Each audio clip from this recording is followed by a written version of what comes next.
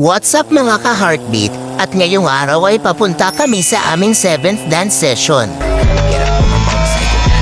At dito ko nga pala guys ni-request sa clubhouse makapagturo para wala silang mga classmates na magdi-distract sa kanila. Ngayon kasi ang start ng aming polishing kaya need ko silang mag-focus ng mabuti.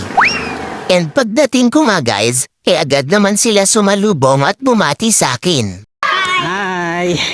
Hi, Kuya Robby. Hi! Hi! One by one. Set up muna, set up.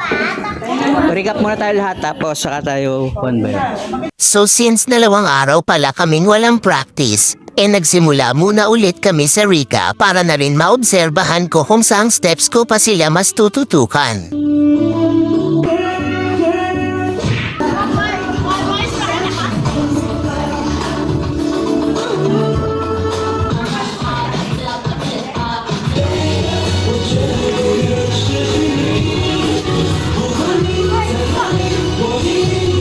And after niya ng recap, kinausap ko na muna silang lahat para sabihin na magwa 1 by 1 polishing muna kami. At syempre dermatology lang sila at hindi nakikinig sa mga sinasabi ko.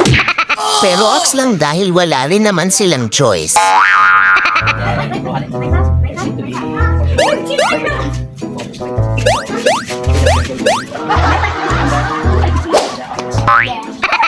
Kaya naman sinimulan ko na agad ang aming 1 by 1 session.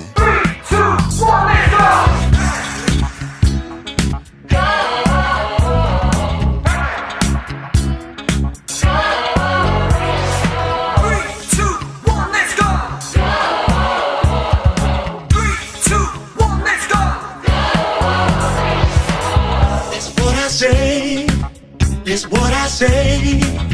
It's what I say, it's what I say, it's what I say.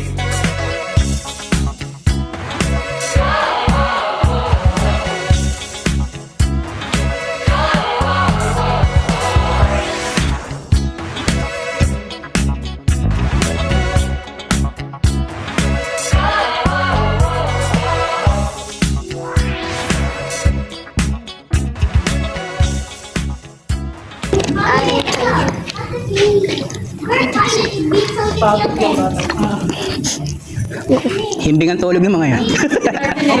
Sige po, ingat po, ingat po. Ingat, Min. Sige po. Update ka na po. Kayo, nakamotor kayo magama. Opo. Ingat po kayo magkain. Salamat. Dala niyo po yung pagkain. Sige po. Hindi kayo magama. Sige po, salamat po. Thank you. Update na lang po sa GC. GC na lang po. Ingat po. Sige po.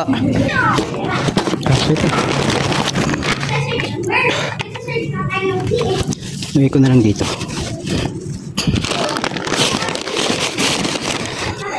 Ibig po mo lagi mo dito. Ay, tumigil pa. Oh. Wait ka na. Sa auto. Goodbye. That's the end. So heto guys at inabot na nga kami ng dilim at napa-extend kasi ako ng oras sa dami ng kailangang i-polish. Napansin ko rin kasi na sumasablay sila ng timing sa music kapag walang kasama. Sa totoo lang guys, first time ko lang ngayon nag-conduct ng 1 by 1 polishing session.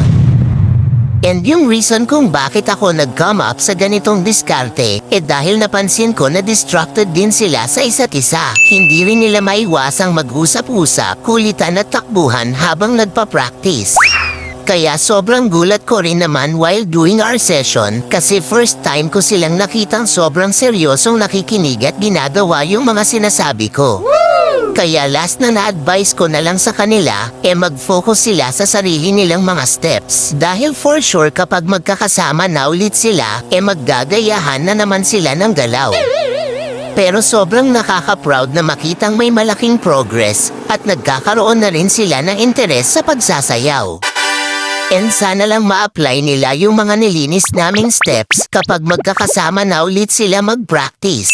So hanggang dito na lang muna guys at salamat ulit sa pagsama sa amin. Shoutout po pala sa mga momshies na laging may pamerienda at pabaon sa amin ni Laika. Thank you!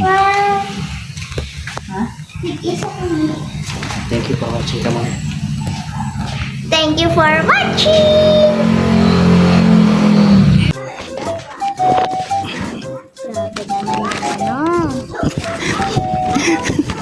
Tuwang-tuwa na.